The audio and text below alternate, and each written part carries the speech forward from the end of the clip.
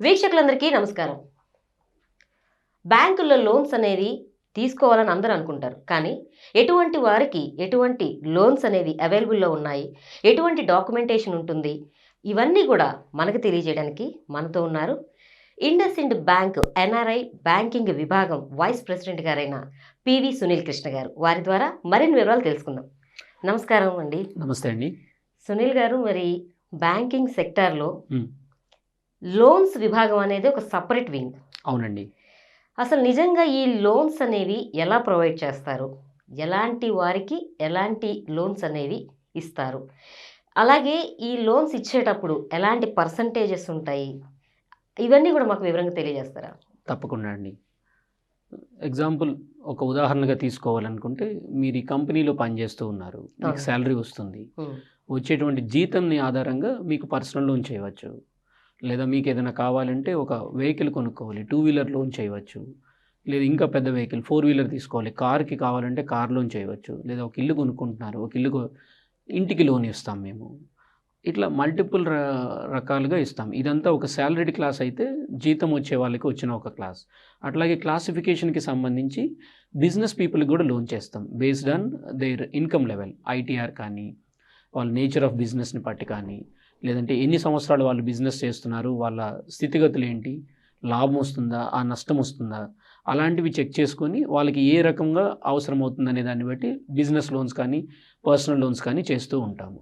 2 రకాల వాళ్ళకి ఎక్కడి నుంచి ఏదైనా సరే బేసిక్ థంబ్ రూల్ ఏంటంటే, వాళ్ళు ఏం సంపాదిస్తున్నారు, రీపేమెంట్ ఎలా కడతారు, ఇదొక్కటే కామన్ పాయింట్ చూసేది.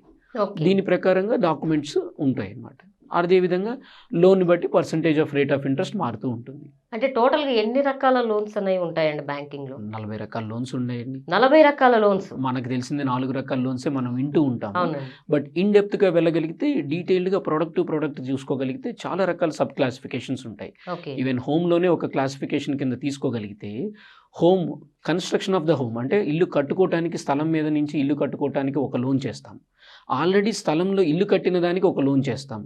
ఆల్రెడీ మీ పేరు మీద ఉన్నటువంటి ఇంటి మీద ఇంకొక లోన్ చేస్తాం. ఇందులోనే 3 రకాల క్లాసిఫికేషన్స్ వచ్చాయి. ఇంకా ఇన్ డెప్త్‌గా వెళ్ళగలిగితే, ఆ స్థలంలో మీరు కట్టిన ఇంట్లో ఉన్నటువంటి టెనెంట్ అతనిచ్చేటువంటి రెంట్ మీద, అంటే అద్దె మీకు వస్తుంది, దాన్ని ఇన్కమ్ కింద తీసుకొని కూడా ఒక లోన్ చేయగలం. ఓకే. సో సింపుల్‌గా ఇక్కడే ఒక ప్రోడక్ట్‌లోనే 4 క్లాసిఫికేషన్స్ వచ్చాయి. అట్లా 4, 4, 16 అట్లాగే వెళ్ళిపోతూ ఉంటాయి. ఓకే. సో మల్టిపుల్‌గా ఎవరికి వాళ్ళ అవకాశాన్ని బట్టి, అవసరాన్ని బట్టి ఎలా లోన్ చేయాలనేది పరిస్థితిని బట్టి, అవకాశాన్ని బట్టి చేస్తూ ఉంటాం. అంటే ఇప్పుడు ఈ లోన్ అనేది హ్మ్. ఏజ్‌ని బట్టి కూడా ఉంటుందా అండి? అవునండి. ఏ ఏజ్ విధంగా? క్రైటీరియా అంటే ఇప్పుడు ఉదాహరణకి మనం హోమ్ లోన్ తీసుకున్నాం అనుకోండి. ఒక 25 లాక్సో, 35 లాక్సో తీసుకోవాలి లోన్. అట్లా లోన్ తీసుకొని ఒక 2 బీహెచ్‌కే ఫ్లాట్ కొనుక్కున్నారు, లేదా మీకున్నటువంటి స్థలంలో ఇల్లు కట్టుకున్నారు. మీరు ఒకే సంవత్సరంలో 25 లక్షలు, 35 లక్షలు తిరిగి కట్టలేరు కదా! ఈవెన్ మీ సంపాదన 35 లక్షలున్నా 35 లక్షలు తిరిగి కట్టలేరు. మీరు ఉండటానికి, తినటానికి, బతకటానికి ఎంతో కొంత కావాలి. అవును. సో అందుకని బ్యాంకులు ఏం క్యాలిక్యులేట్ చేస్తాయంటే, మీకు వచ్చేటువంటి ఆదాయంలో మీ ఖర్చులకి 50% పక్కన పెట్టేస్తాయి. మిగిలిన 50%లో ఉన్నటువంటి డబ్బుల్ని మాత్రమే మీరు లోన్‌కి ఎంతైతే రీపేమెంట్ కట్టగలరో దాని కెపాసిటీని ఆ విధంగా బేసిక్‌గా క్యాలిక్యులేట్ చేస్తాయి. ఓకే. సో దాని ప్రకారంగా ఇప్పుడు ఫర్ సపోజ్ 35 ఏళ్ల ఒక సాఫ్ట్‌వేర్ ఎంప్లాయీ ఉన్నారు. అతనికి 60 ఏళ్ళకి మనకి మామూలుగా రిటైర్ అవుతారు అనుకుందాం. 35 ఏళ్ల నుంచి 60 ఏళ్ళకి మధ్యన ఉన్న రివర్స్ క్యాలిక్యులేషన్ 25 సంవత్సరాలు. హ్మ్. సో అతని లోన్ టెన్యూర్ 25 సంవత్సరాల కన్నా ఎక్కువ పెంచకుండా చూసుకుంటాం. ఈ 25 సంవత్సరాల్లో అతని లోన్ మళ్ళీ మనకి తిరిగి కట్టే విధంగా ప్లాన్ చేస్తాం. ఓకే. ఇలా 1, 2 చిన్న ఆల్టరేషన్స్, ఏమైనా అబ్జెక్షన్స్ ఉంటే క్లియర్ చేయటం, రిక్వైర్డ్ డాక్యుమెంట్స్ ఇవ్వటం, ఇవన్నీ చేసి కొన్నిసార్లు మనం కావాలంటే ఇంకొంచెం ఎక్కువ అమౌంట్ ఇవ్వటానికి కానీ, లేదా తక్కువ టెన్యూర్లో ఎక్కువ పర్సంటేజ్ ఆఫ్ అమౌంట్ డిస్పర్స్ చేయటం కానీ కేస్ టు కేస్ తీసుకుంటూ ఉంటారు ఇవి. అట్లా అంటే ఇప్పుడు డాక్యుమెంటేషన్ అనేది ఏ విధంగా చూస్తారండి? Again documents coming to the first point, అంటే మనం ముందు మాట్లాడుకున్నట్టుగా మీ జీతం ఏంటి, లేదా మీ సంపాదన ఏంటి, 2 రకాలకి వ్యత్యాసం ఏం లేదు. నేను మీకు ₹1 లోన్ ఇస్తుంటే ఆ రూపాయిని మీరు తిరిగి ఎలా కడతారనేది బ్యాంకుకి ఇంపార్టెంట్. శాలరీ ఉంటే శాలరీ పే స్లిప్స్ అడుగుతాం, బ్యాంక్ స్టేట్మెంట్ అడుగుతాం. అదే అలా కాకుండా ఒక బిజినెస్ ఉంది, ఇప్పుడు ఫర్ సపోజ్ మీ కంపెనీనే ఉంది, సుమన్ టీవీ ఛానల్. ఈ సుమన్ టీవీ వాళ్ళకే ఒక లోన్ కావాలి అని అనుకున్నాం అనుకోండి. సుమన్ టీవీ టర్నోవర్ ఎంత, దానిలో మీ ప్రాఫిటబిలిటీ ఎంత, ఎంతమంది వర్క్ చేస్తున్నారు, ప్రోగ్రామ్స్ ఎలా ఉన్నాయి, మీ రేటింగ్స్ ఎలా ఉన్నాయి, మీ కంపెనీ లిస్టెడ్ కంపెనీనా, ప్రైవేట్ లిమిటెడా, పబ్లిక్ లిమిటెడా, ఇలాంటివన్నీ పరిగణనలోకి తీసుకొని దాని ప్రకారం మీ యొక్క ఇన్కమ్ ట్యాక్స్ రిటర్న్స్ బేస్ మీద, మీ డైరెక్టర్స్ యొక్క కెపాసిటీ బేస్ మీద ఎంతవరకు మనం ఫ్రీ లోన్ చేయొచ్చు, free loan in the sense documents మాత్రమే ఉంటాయి, బట్ కొలాటరల్ ఏమీ ఉండదు. ఓకే. అదే కొలాటరల్ ఉంటే కనుక ఇంకా లోన్ అగైనెస్ట్ ప్రాపర్టీ కింద ఎక్కువ చేయొచ్చు. దానిలో కూడా మళ్ళీ రకరకాలుగా అంటే మీకు ఒకేసారి చేయాలి అంటే టర్మ్ లోన్ అని అంటాం. అంటే డబ్బులు తీసుకున్నాక ప్రతి నెల ఈఎంఐ కడుతూ ఉండాలి, ఇంక్లూడింగ్ ఇంట్రెస్ట్ అండ్ ప్రిన్సిపల్లో కొంత అమౌంట్ కలిపి. ఒక 5 సంవత్సరాలకు లోన్ తీసుకుంటే 5 సంవత్సరాలు ఈక్విటేటెడ్ ఈఎంఐస్ అంటాం. అంటే ఒకే అమౌంట్ ఉంటుంది, 5 సంవత్సరాలు నెల నెల అదే అమౌంట్ కట్టాలి. అలా కాకుండా మీకు ఏదైనా ఇప్పుడు ఫర్ సపోజ్ ఇప్పుడు దీపావళి సీజన్ రాబోతుంది, మీరు ఏదైనా ఒక స్పెషల్ ప్రోగ్రామ్ చేయాలనుకుంటున్నారు, ఆ టైంకి మీకు 1 కోటి రూపాయలు అవసరం, కానీ నెల రోజులకే అవసరం. కానీ మీరు అప్పుడు సంవత్సరానికి లోన్ తీసుకుంటే మీకు లాస్ కదా. సో అలాంటప్పుడు ఏం చేస్తాము, వర్కింగ్ క్యాపిటల్ లోన్ అనేది చేస్తాం. అప్పుడు మీకు ఒక ఓడీ లిమిట్స్ ఇస్తాము. మీ అకౌంట్కి 1 కోటి రూపాయలు అసైన్ చేస్తాం based on the documentation, based on the eligibility. ఎగ్జాంపుల్గా 1 కోటి రూపాయలు ఇచ్చాం, ఒక 10 లక్షలే వాడారు, 10 రోజులకే వాడారు. 10 లక్షలకి 10 రోజులకి రోజుకి ఎంత అయితే వడ్డీ అవుతుందో అంత వరకు క్యాలిక్యులేట్ చేసి మీ అమౌంట్ని నెలాఖరికి ఇంత అయిందండి, ఇంత కట్టండి అని చెప్పి మీకు ఒక రిపోర్ట్ పంపించేస్తాం. మీ అకౌంట్లో నుంచి ఆ డబ్బులు డెబిట్ అయిపోతుంది. ఇట్లా వర్కింగ్ క్యాపిటల్ లోన్ కానీ ఓడీ అకౌంట్స్ లోన్స్ కానీ చేస్తాం. అలా కాకుండా రెగ్యులర్గా ఇప్పుడు ఒక మిషనరీ కొనాలి, మీరు ఒక స్టూడియో పెడుతున్నారు, కొత్తది ఎక్స్పాండ్ చేస్తున్నారు, కెమెరాస్ కొనాలి, లైటింగ్ ఎక్విప్మెంట్ కొనాలి, దానికి సంబంధించిన ఇన్ఫ్రాస్ట్రక్చర్ కాస్టింగ్ చేయాలి, ఒక 1 crore ఇవాళకే అవసరం ఉంది. సో మీరు ఇక్కడ వర్కింగ్ క్యాపిటల్ లోన్ తీసుకున్నా కూడా మీరు మొత్తం యూటిలైజ్ చేస్తారు. సో అలాంటప్పుడు టర్మ్ లోన్ కూడా తీసుకోవచ్చు. వర్కింగ్ క్యాపిటల్ లోన్కి టర్మ్ లోన్కి రిక్వైర్మెంట్ ఎలా ఉంది అనే దాన్ని బట్టి, కస్టమర్కి ఏ విధంగా అవసరం అనే దాన్ని బట్టి ప్రోడక్ట్ ఫిట్మెంట్ చేస్తాం. ఓకే. అంటే ఇప్పుడు డాక్యుమెంట్స్ అంటే టోటల్గా వీళ్ళు ఏమేమి సబ్మిట్ చేయాలండి? అంటే శాలరీడ్ పర్సన్స్ అయితే పే స్లిప్స్ తీసుకుంటాము. ఏ బ్యాంక్లో అకౌంట్లో స్టేట్మెంట్ అంటే మనకి శాలరీ క్రెడిట్ అవుతుందో ఆ బ్యాంక్ స్టేట్మెంట్ తీసుకుంటాము.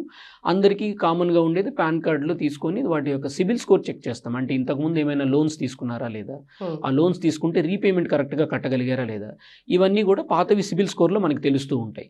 ఈ సిబిల్ స్కోర్లో నుంచి బట్టి మాత్రమే మన లోన్ ఎలిజిబిలిటీ ఫస్ట్ ప్రయారిటీ తెలుస్తుంది. దాని తర్వాత మిగిలిన పారామీటర్స్ అన్ని, ఒక 50,000 రూపీస్ శాలరీ వస్తుంది, 25,000 రూపీస్ ఫిట్మెంట్లో మనం ఈఎంఐ కెపాసిటీని చూస్తాం. వాళ్ళు ఒక 5 లక్షలు అడిగారు అనుకోండి, అది 25,000 కన్నా ఈఎంఐ ఎక్కువ వస్తుంది అనుకోండి, సో అప్పుడు 5 లక్షలు ఇవ్వలేము, 4 లక్షలు ఇవ్వగలము అని చెప్తాం. దాన్ని ఫిట్మెంట్ చేస్తాం.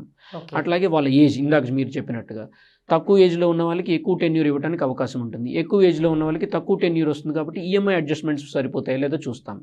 అది పర్సనల్ లోన్ అయి ఉండొచ్చు, కార్ లోన్ అయి ఉండొచ్చు, హోమ్ లోన్ అయి ఉండొచ్చు, ఏదైనా కానీ అట్లా. అయితే సునీల్ గారు ఇప్పుడు మీరు అన్నారు సాలరీడ్కి బిజినెస్ వాళ్ళకి అన్నారు, ఈ రెండు లేకుండా నార్మల్ పీపుల్ అంటే అలా కాకుండా హౌస్ వైఫ్స్ ఉంటారు, లేదంటే రిటైర్డ్ పర్సన్స్ ఉంటారు, లేదంటే స్టూడెంట్స్ ఉంటారు, ఇట్లాంటి వాళ్ళకి ఇవ్వాల్సి వచ్చినప్పుడు ఏ బేస్ మీద తీసుకుంటారు? ఈ రోజుల్లో అకౌంట్ ఓపెన్ చేసి 3 నెలలు 6 నెలలు మీరు ఆ బ్యాంకులో కనుక అకౌంట్ మెయింటైన్ చేస్తూ ఉంటే 10,000 రూపాయలు సేవింగ్స్ అకౌంట్లో 1,00,000 రూపాయలు మీరు బ్యాలెన్స్ మెయింటైన్ చేస్తున్నారనుకోండి, based on the balances which you maintain, అంటే యావరేజ్ బ్యాలెన్సెస్ మీరు ఏ విధంగా అయితే అకౌంట్లో ఉంచుతున్నారో వాటి మీద కూడా ప్రీ అప్రూవ్డ్ ఎలిజిబిలిటీస్ వస్తున్నాయి. సింపుల్, మీరు ఇప్పుడు ఈరోజు ఒక మొబైల్ వాడాలి, అమెజాన్లో ఫ్లిప్కార్ట్లో ఇప్పుడు బిగ్ బిలియన్ డేస్ నడుస్తున్నాయి, మీకు అకౌంట్ ఉంటే చాలు మీరు ఒక మొబైల్ కొనుక్కొని 1,00,000 రూపాయలు లోన్ ఇస్తామని చెప్పి అనౌన్స్ చేస్తున్నాయి బ్యాంక్స్. వీటన్నిటిని కన్జ్యూమర్ డ్యూరబుల్ లోన్స్ అంటారు. ఈ రోజున ఫ్రిడ్జ్ కొనుక్కోవాలన్నా, వాషింగ్ మిషన్ కొనుక్కోవాలన్నా, ఒక చిన్న కంప్యూటర్ కొనుక్కోవాలన్నా, ల్యాప్టాప్ కొనుక్కోవాలన్నా, ₹1 కట్టండి మాకు, మీ డెబిట్ కార్డ్తో స్వైప్ చేయండి, మిగిలిందంతా ఈఎంఐస్తో చేస్తాము. ఇవన్నీ ఎవరికి, వాళ్ళకి మీ వర్కింగ్ కాదు, వాళ్ళ బిజినెస్ కాదు, అయినా కూడా ఇస్తున్నాం. Only because of CIBIL score and the relation with the bank. ఉన్నటువంటి మీ యొక్క ఒక 6 నెలలు మా పరిచయం మీద, మా బ్యాంకులో మీ ఖాతా ఉన్న దాని మీద ప్రీ అప్రూవ్డ్ లోన్స్ ఇస్తున్నారు. అవి కూడాను ఇట్స్ వండర్ఫుల్ సబ్జెక్ట్. ఒక హౌస్ వైఫ్ ఉన్నారు, 2 వీలర్ లోన్ కొనుక్కోవాలంటారు, మనకున్న కండిషన్ ప్రకారం 2 వెహికల్స్ ఉంటే ఎక్స్ట్రా ట్యాక్స్ కట్టాల్సి ఉంటుంది. సో అప్పుడు హస్బెండ్కి పేరు మీద ఒక 4 వీలర్ ఉందనుకోండి, 2 వీలర్ కొనాలంటే మ్యాండేటరీగా ఇంట్లో ఉన్నటువంటి వైఫ్ పేరు మీద లేకపోతే మళ్ళీ పేరెంట్స్ పేరు మీదకో వెళ్ళాలి.